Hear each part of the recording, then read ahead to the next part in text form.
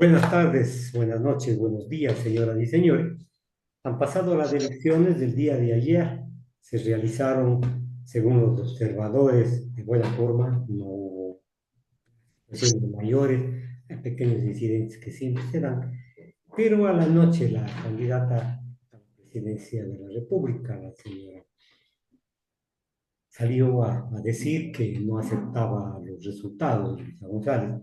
No sé qué te pareció esta situación, cómo le ves, a lo mejor apresurada la decisión, o pues existe a lo mejor el convencimiento de la Revolución Ciudadana de que es posible hacer un fraude con tremenda prolijidad, yo diría, incluso impecable si cabe la expresión. Muy buenas noches, Marco. Muy buenas noches a quienes nos ven y nos escuchan a través de Radio Visión.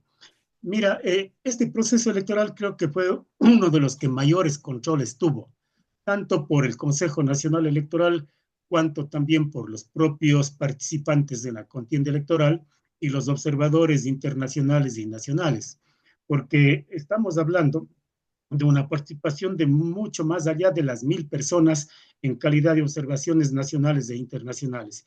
Y evidentemente los delegados a las juntas receptoras del voto por cada una de las dos organizaciones políticas. Esto es, me parece que casi dos por cada junta receptora del voto de la señora Luisa González y obviamente también al menos un representante por el movimiento ADN.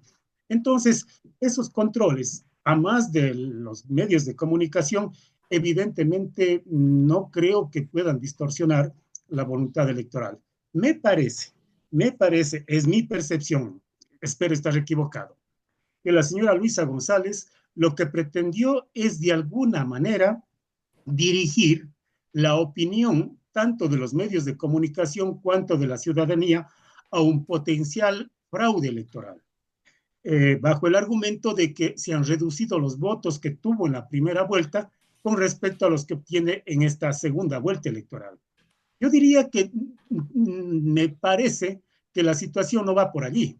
Mejor va por la primera vuelta electoral, donde sí se dijo que si bien es verdad, no se ha hablado de fraude electoral, pero sí de alteraciones en varias decenas y centenas de juntas receptoras del voto a nivel nacional, en donde se habló de que existían personas que estaban pagando $20 por el voto de la persona a través de la fotografía. En otros casos, la presión venía de los grupos narcodelictivos que exigían a la ciudadana y al ciudadano que voten por X o Y o Z candidatura bajo el argumento de que les iban a condonar los pagos o las coimas que cobran semanal o mensualmente.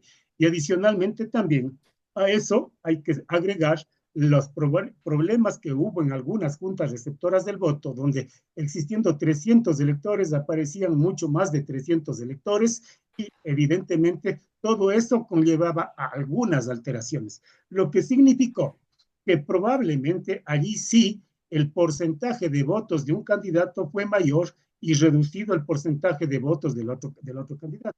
Entonces, dirigir ahora justamente bajo el argumento de un fraude electoral a tapar aquella situación que está justamente en un tema de carácter legal, es distorsionar y dirigir la voluntad hacia una discusión completamente diferente a la que efectivamente debe darse. Bien, tú estuviste en la presidencia del Tribunal Electoral, en el Tribunal Electoral, en fin. ¿Conoces a ciencia cierta cómo se realizan los procesos? La computación, las computadoras nos ahorran muchísimo tiempo y a lo mejor causan un efecto de credibilidad. Pero varios internacionales, hackers internacionales, gente que maneja las plataformas, han señalado que posiblemente ahí existe fraude, no necesariamente en las juntas, sino al escanear las actas para mandar al tribunal electoral. Ahí podría haberse producido el fraude. Por eso es que piden revisar acta por acta, que sería un proceso larguísimo y a lo mejor infructuoso, porque si arman un fraude tendría que armarlo bien hecho. Pues. Mira, tú también conoces el marco jurídico ecuatoriano y en ese marco jurídico ecuatoriano se establece que, en definitiva, en la primera fase del conteo de votos se da en la junta receptora del voto. Y allí se llena justamente esos resultados y se entrega una copia a los delegados de los partidos políticos y otra copia se pega en el lugar donde se llevó a cabo el escrutinio. El otro sobre va, con los resultados va en el kit electoral y el otro sobre va en sobre cerrado a través del coordinador justamente al Tribunal Electoral. En el Tribunal Electoral, Perdóname, Jorge, o sea, son tres fuentes. El primero que realizan el escrutinio de las juntas, que pone en la pared, se cierra y se manda al Tribunal Electoral. Son tres pasos, digamos, ¿ya? tres pasos. Ese es el uno. El otro sobre de los resultados va en el kit electoral que llega y se embodega en el tribunal. Y el otro sobre cerrado con los resultados va directamente por el coordinador de cada uno de los recintos que recibe de las juntas receptoras hacia el organismo electoral, donde el Tribunal Provincial Electoral realiza el segundo conteo o el segundo resultado.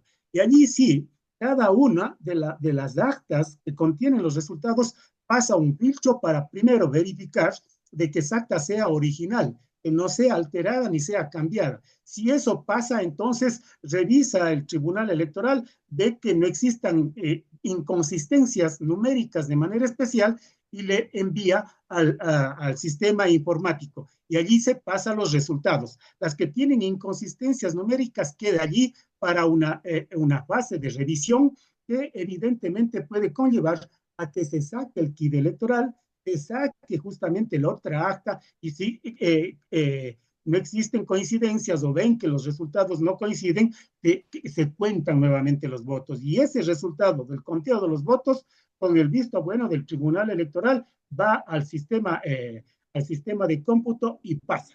De tal manera que sí, todos estos filtros, evidentemente, entre ayer y hoy ya pasaron, porque ya se contaron los votos. ¿Y quién se siente perjudicado porque considera de que algún resultado no coincide? Tiene que justamente en el acta de audiencia de los resultados en el Tribunal Provincial Electoral que comenzó el día de ayer, y hoy ya me parece que incluso ha concluido en la gran mayoría de los tribunales, presentar el acta que ellos tienen y que no coincide con el que está, con el que tiene el Tribunal Provincial. Si no lo hacen, pasa. Luego de esta fase, estos resultados que tienen los provinciales electorales envían al Consejo Nacional Electoral.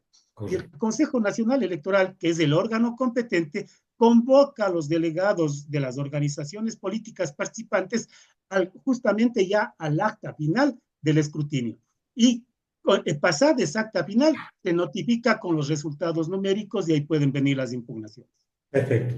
Entonces, los filtros todavía no están completados y pueden en algún momento, difícil es cambiar el resultado, pero podrá a lo mejor traer un poco de tranquilidad a la militancia de la Revolución Ciudadana. Me preocupa a mí una circunstancia, no sé si esté antelando criterio o un criterio mío esté parcializado, en el sentido de que salir después de un momento de conocerse casi el 95% de las actas, a decir que es un fraude y que no se reconoce la votación, ¿no es un poco desconfiar de todo el pueblo ecuatoriano? Habrá algunas interpretaciones, por cierto, que ya vamos analizando, pero esta posición de la señora González, ¿crees tú que se compadece con el momento procesal ciudadano, cívico que vivimos este momento? De ninguna manera. Incluso voces de la propia organización política, como han sido los prefectos de distintas provincias del país, cuanto a alcaldes de las distintas ciudades, sobre todo las más populosas del país, que son de la Revolución Ciudadana, han salido a expresar de que los resultados electorales son completamente legítimos y que consecuentemente reconocen la victoria del señor Daniel Noboa y le auguran los mejores resultados. Incluye en esta situación al propio prefecto provincial de la SUAY, al alcalde y prefecto, al alcalde de Guayaquil, a la prefecta del Guayas, al alcalde de la ciudad del distrito metropolitano de Quito, me parece que al alcalde o prefecto de Manabí, que también está en esa misma circunstancia. De tal manera que las propias autoridades de la Revolución Ciudadana están desdiciendo lo que manifiesta la señora Luisa González. Adicionalmente, yo no he escuchado sobre todo a las delegaciones a las delegaciones internacionales, hablar de fraude electoral. De ninguna manera. Es más, quien mayor representatividad tiene justamente en este tipo de controles electorales ha sido la Organización de Estados Americanos, que ya han reconocido la legitimidad del proceso electoral del Ecuador. De tal manera que definitivamente me parece que la señora Luisa González pretende justamente tapar lo que probablemente pasó en la primera vuelta.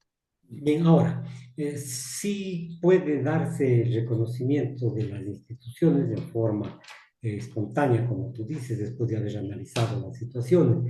Pero ¿qué pasaría si en el momento de los escrutinios que son físicos ya en el Tribunal Electoral se ve algún cambio? ¿No será aventurado en algún momento convalidar las elecciones? Porque, por ejemplo, la presidenta de México ha dicho que no reconoce las elecciones, los resultados. Bueno, Bueno, con México tenemos rotas las relaciones internacionales a raíz del problema justamente del ex vicepresidente de la República. Y evidentemente México no va a reconocer absolutamente nada de lo que pase en la República del Ecuador por esta situación, de tal manera que yo personalmente considero de que un reconocimiento que venga o un no desconocimiento que venga de México, de Nicaragua, de Cuba, de Bolivia o de Venezuela, nos tiene sin cuidado porque en definitiva, yo hasta ahora no entiendo la posición de la señora Luisa González. Por un lado, aquí desconoce las elecciones y habla de fraude, y sin embargo reconocen al gobierno de Maduro donde sí existió un fraude. Ujú. O sea, ahí hay una doble posición, una doble moral. Ok, correcto. Por otro lado, nosotros tenemos que entrar a un proceso de paz, Jorge, a un proceso de convivencia social. Yo creo que todas las autoridades han llamado justamente a esta circunstancia, pero veo que las redes sociales siguen en la temática del insulto, de la burla, en fin. ¿No será de que por favor las personas bajen un poco el nivel para tener nosotros un poco de tranquilidad y observar qué es lo que va a hacer el presidente que se dice fue elegido legalmente en las islas, en las urnas? Coincido completamente con tu eh, consulta, mi querido Marco. Es hora de que en el Ecuador bajemos justamente ese tipo de olas que se hacen dentro del agua y en definitiva vayamos hacia un cauce donde las aguas fluyan en una dirección positiva. Y eso significaría de que evidentemente, sobre todo de quienes son ganadores o los seguidores del señor Novoa, no sigan, no sigan en estas posiciones de burlas, porque evidentemente eso conlleva a que el grupo perdedor se sienta todavía más asusado en esto. Creo que hay que llamar a la tranquilidad, hay que llamar a la paz. Ya el señor Novoa lo hizo, deben también toda la gente dirigencial de Novoa llamar a la paz, a la tranquilidad, evitar este tipo de situaciones y continuar para buscar salir de la crisis que tenemos social, política y económica en el país, aunando esfuerzos de todo lado. Y en todo caso, el presidente de la República electo hasta este momento ha recibido felicitaciones de los Estados Unidos, del señor Trump. Esto hace que la gente en algún momento tenga un poco de confianza de que las relaciones van a ser un poco más ligeras, más livianas con los Estados Unidos. Gabriel Boric, el presidente de Chile, también ha felicitado la ganancia del señor Novoa. Eso significa entonces que en el ámbito internacional se refuerza la posición de la ganancia y también desde República Dominicana, Luis Abinader ha reconocido en forma inmediata, se dice, el triunfo legítimo. Esto ayuda al señor Novoa a mantener la imagen de que no hubo fraude, sabiendo que también el Perú en las últimas horas se ha pronunciado en este sentido. Eh, Siempre los reconocimientos internacionales, sobre todo de estados que tienen una línea eminentemente democrática, como Chile, como República Dominicana, como los propios Estados Unidos de Norteamérica, donde el señor Trump tiene incluso una posición que muchos no la consideramos lo más prudente desde el punto de vista democrático, pero sin embargo eso genera sobre todo confianza. Y yo estoy más que seguro que ese riesgo país que tuvimos o que estábamos por los 1740 va a bajar considerablemente en los próximos días y estaremos por debajo de los 1000 a raíz de la posición del presidente para tanto afectará en la situación del riego país. Pero bueno, ahora hay varias formas de medir la situación. A mí me llama la atención de que el presidente de España, el presidente, perdón, del Parlamento español, haya destacado que las elecciones son una de las más limpias que se han realizado en América del Sur en los últimos años. No sé si a lo mejor sea lambona la posición, pero se pone a las órdenes de las autoridades electas, indicando que incluso tiene él un plan para los migrantes allá en España. Esta segunda parte me parece muy interesante, sobre todo el plan que se tenga para los migrantes, no solamente en España, sino incluso fuese bueno escucharles a otros presidentes o primeros ministros de varios estados europeos o al propio Trump en los Estados Unidos hablar de esa situación. Eso sería muy bueno, pero lo que cite yo, de lo que observo, Marco, es que estas elecciones tuvieron muchísimos controles. Esta segunda vuelta electoral tuvo controles, como ya lo insistí, tanto desde el propio Consejo Nacional Electoral, cuanto a través justamente de los propios órganos electorales y de los observadores internacionales. Yo no he visto, como en otras elecciones, controles de esta magnitud y de esta naturaleza. Desde las 07 horas hasta las 18 horas, nadie habló ni siquiera de probables alteraciones o probables defectos en las elecciones.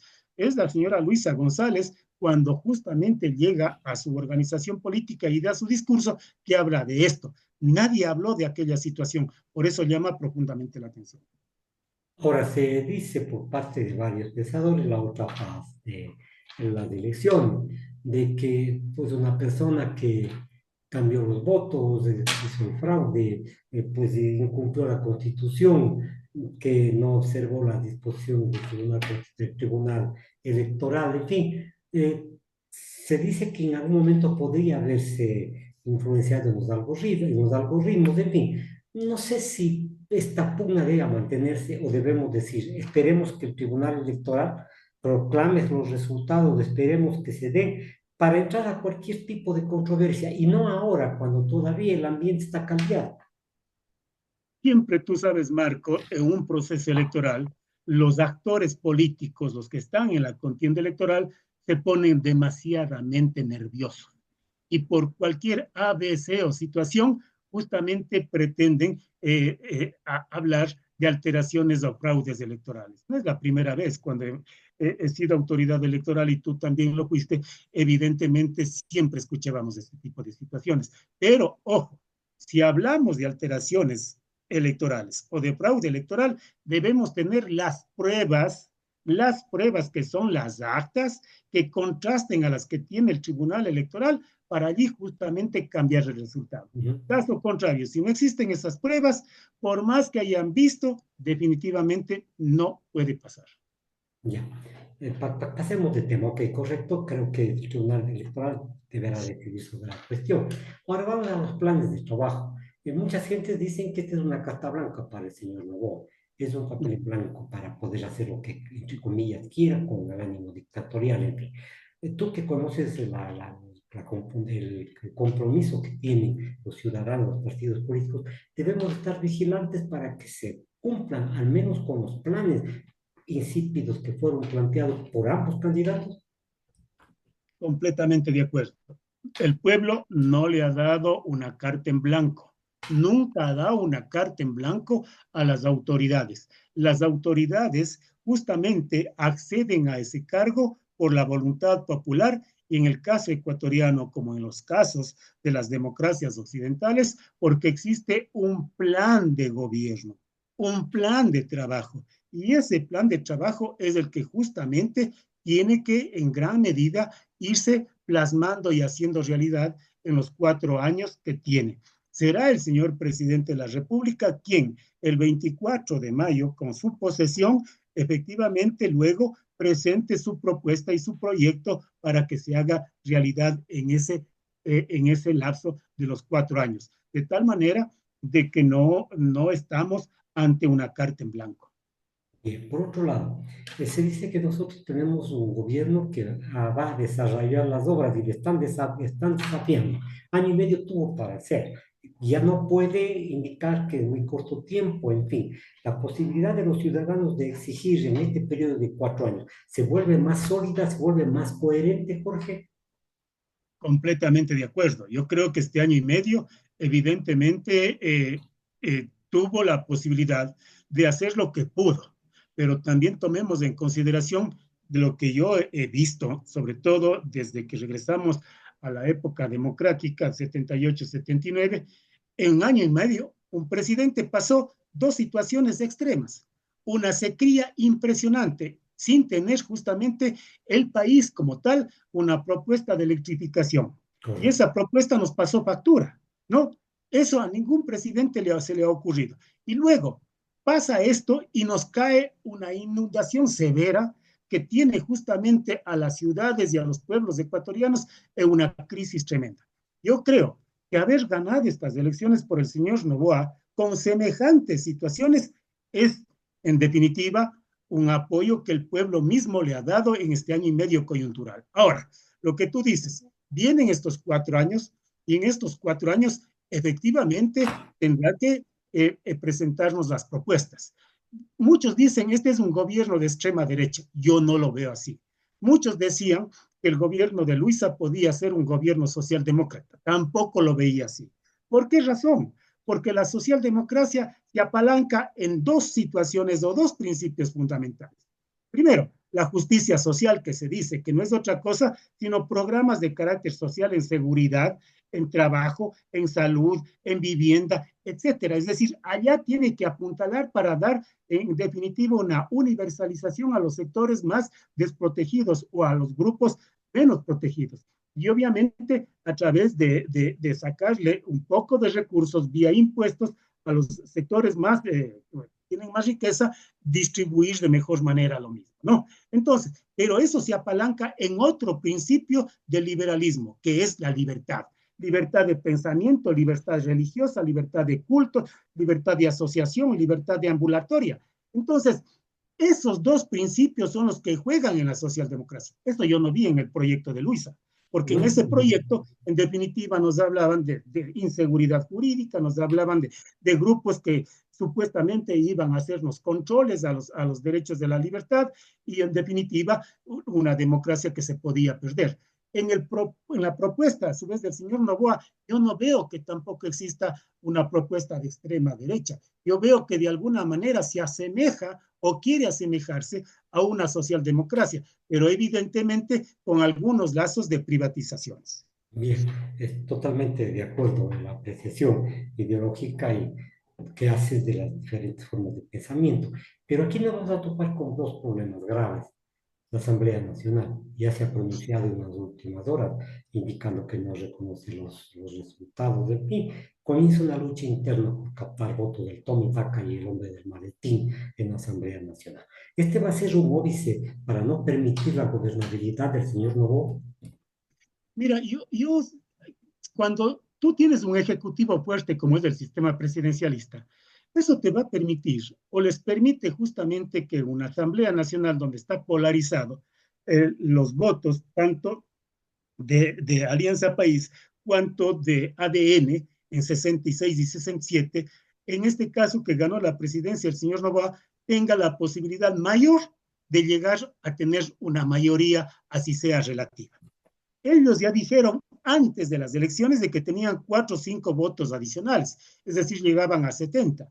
De tal manera que conseguir 7 votos más no les va a ser difícil, a diferencia del otro sector que sí les va a ser complejo y complicado tener esa mayoría relativa. De tal manera que por ese lado mejor veo que ADN va a tener la mayoría en la Asamblea Nacional y van a pasar las propuestas y proyectos del señor presidente y lo que es más complejo, porque la Constitución no te permite, es que la fiscalización no va a existir. No va a existir porque tú necesitas las 2/3 partes para, a través de un juicio político, sacarle a un ministro. Uh -huh. Y si no tienes ni siquiera la mayoría relativa, ¿cómo haces? Y en todo caso, entonces la Asamblea Nacional jugará un papel político más que decisorio, pero hay otros tres poderes que estamos dejando para conversar. El Consejo de Participación Ciudadana, que ha sido sumamente cuestionado, la Administración de Justicia, que también ha sido lapidada en algún momento, y tenemos asimismo pues otros organismos que no han cumplido, entre comillas, las tareas que para las que fueron designados. ¿Crees tú entonces que en algún momento el Ejecutivo debe tomar iniciativa no para presionar, sino para cohesionar y dirigir o pedir que se apeguen a los principios del candidato ganador para de esta forma alcanzar gobernabilidad? Bueno, la gobernabilidad lo va a tener porque va a tener esta mayoría, la mitad más uno, pero lo que no va a tener son las dos terceras partes para realizar un cambio de la Constitución. Correcto. Por eso es que la propuesta del presidente ha sido ir a una constituyente. Ahora, esa constituyente puede ser de plenos poderes o puede ser limitado, según cómo lo pueda manejar. Pero de todos modos, bajo esa expectativa, sí vamos a ver que el presidente lo cumple y eso significará una situación de que regresemos probablemente a los tres poderes, ejecutivo, legislativo y judicial, y evidentemente el Consejo de Participación desaparezca y también la función electoral desaparezca, quedándonos con un órgano autónomo que sería un Tribunal Supremo Electoral y que la Administración de Justicia Electoral pase probablemente a la Corte Constitucional o la Corte Constitucional se vuelva un órgano interno de la propia Corte Suprema de Justicia, que por allí va justamente la alternativa. Y claro, eso significará también que de 21 jueces de la Corte Nacional pasemos probablemente a no menos de 31 jueces de la Corte Suprema de Justicia para las salas especializadas, que es lo procedente y lo prudente, y yo diría un poco más, si es que debemos tener también a la sala constitucional y electoral dentro de la propia Corte Suprema de Justicia. Bien, Jorge, te agradezco siempre tus palabras señoras. Te ruego te despidas del público y además de eso hagas un llamado, por favor. Tú conoces un hombre democrático, hazlo, por favor. Muchas gracias, mi querido Marco. Un saludo a la ciudadanía por habernos visto y escuchado y a su vez también pedirles a todos y a todas las y los ecuatorianos e inclusive a nuestros extranjeros que residen en el país que bajemos ese tono de discusiones y que vayamos justamente a la unificación, a la armonía, porque el presidente tiene que gobernar para todos los ecuatorianos, sean o no correístas, sean o no novocistas y personas que evidentemente no estamos en ninguna de esas situaciones, pero que queremos un país que se dignifique y que luchemos para evitar tener más pobres en el país. Muchas gracias, Jorge. Jorge Moreno ya les conversó con nosotros hoy en la tarde, en la noche. Gracias, señoras y señores. Nos vemos el día de mañana. Buenas noches.